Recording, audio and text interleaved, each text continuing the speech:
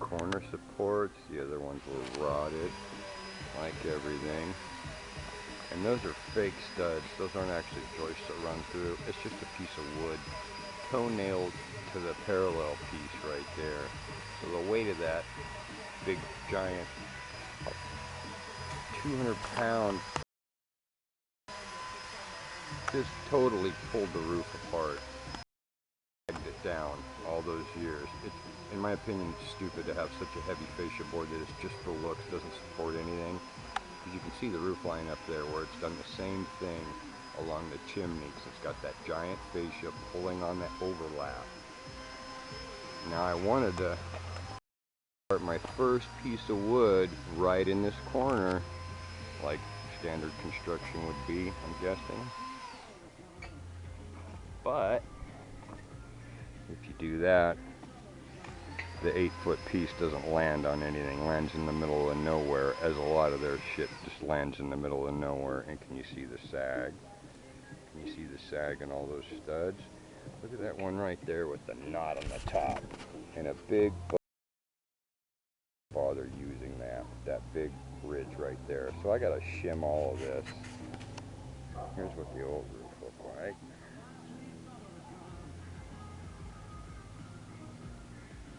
I just have my first piece in line.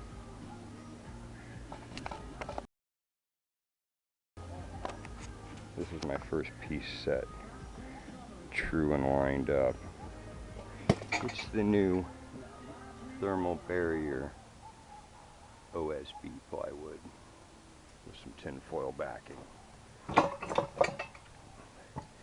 But here, I have to actually run it the other way, long ways right here, and of course a full sheet won't fit, so I had to trim off to 40.5 right here to make it match. I couldn't just lay an 8-foot piece by 4-foot piece, of course not.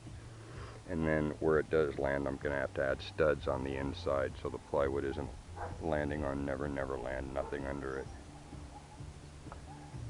And I have to peel the next layer off to make my 8-foot strip that I've already cut for this section here that's going to go a long ways. I have to peel off the next one, get all the nails, get it prepped, see how the board lays, and then shim it. This board's laying pretty good. Pretty good on my outer edge I fixed. And the ones that were totally bad, I sistered new wood to it to nail the fascia to. Now these are the actual joists that run through. Luckily the rot doesn't go all the way to where it supports inside on the beam. The rot's only like to right here. So I sandwiched some of the wood together just to give me a clean nailing face, because obviously there's no nails going to hold into that piece of junk. But I didn't want to saw them all off. Here's what the old shit looked like. Yeah, check out the thickness of the wood. What is that, as thick as a quarter? Yeah, that's way undersized.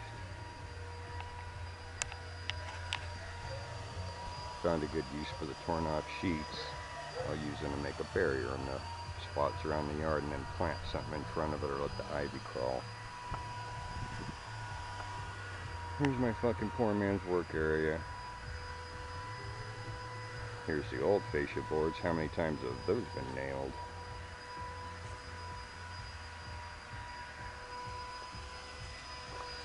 And here's my 17 sheets of the new stuff. Thermal barrier.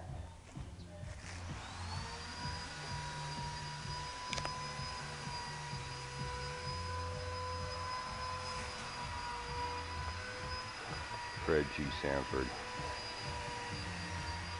Some other construction going on over there, which is good. We blend in.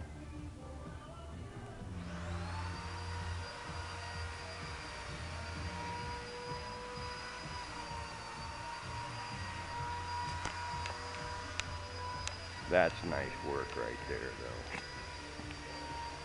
That's a nice rebuild. Now it's sturdy and it'll actually support it, because when you're on there and you're going to be nailing into it and putting that edge piece, can't be all loose. That's what happened to the other ones probably. Anyway, this is a freaking nightmare. And this is how far I've gotten.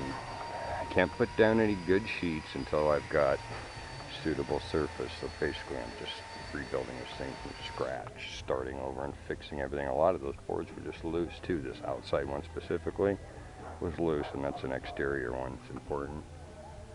Alright, signing off. I gotta get back to work.